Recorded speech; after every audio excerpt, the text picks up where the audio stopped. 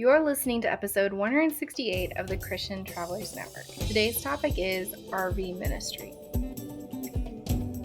You're listening to Christian Travelers Network, the podcast and platform where travel stories, community, and scripture combine. Hey Christian travelers, I am so glad that you are here because today we're going to be talking about RV slash trailer slash van travel, the van life.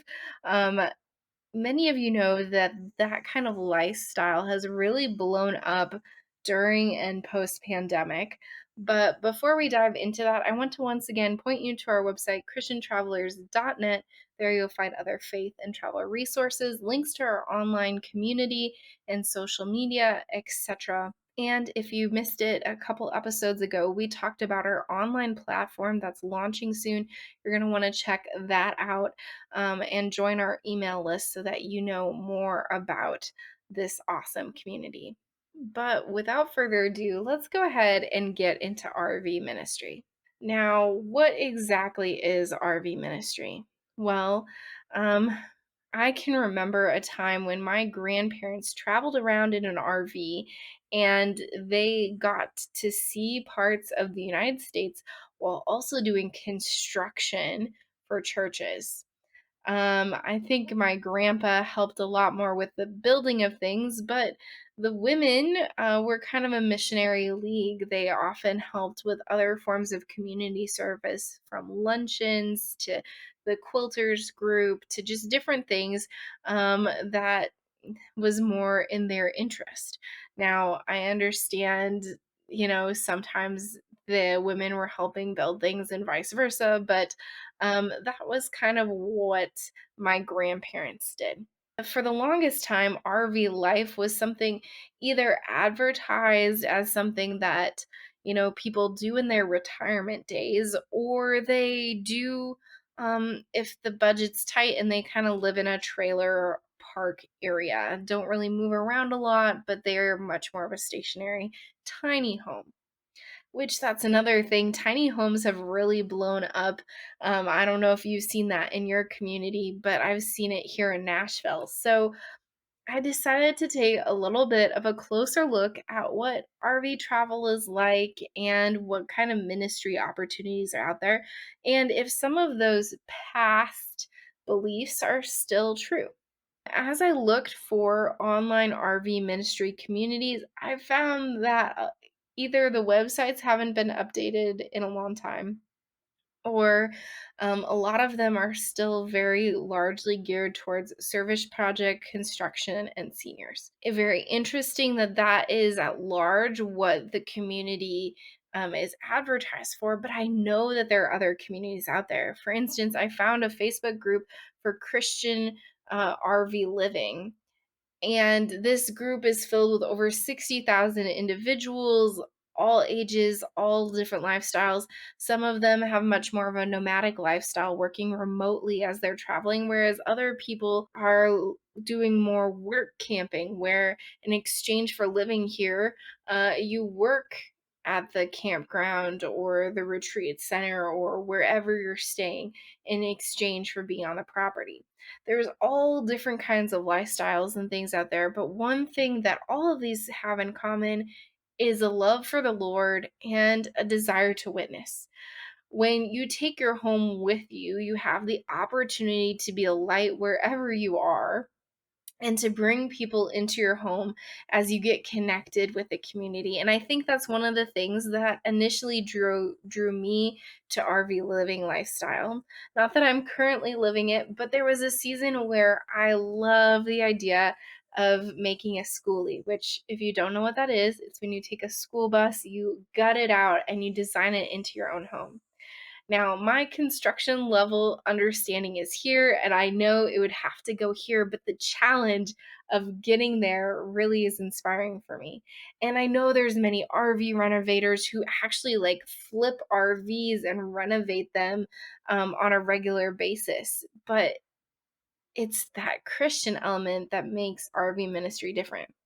And on the other hand, not just the RVers, but there are even campgrounds that are very Christian based, where their activities involve middle school and youth Bible studies, kids clubs, which are more or less a VBS kind of style, just in an environment where, while yes, you're getting out of your home, but yet, or wherever your home is, depending on how frequently you travel, and you're taking your RV somewhere where you're in Christian community and being inspired and rejuvenated to go back or go back out to continue to share. So I just find that the RV lifestyle is very fascinating, especially for those who do it full time. Now, not to say that those who travel for short brinks of time can't be witnesses or shine God's light. That's certainly something they're capable of. But those who do it full time have quite a lot of hurdles that get them there. For one, it's a very minimalistic lifestyle. As I've looked at RV floor plans and things, you really have to minimize what you can have.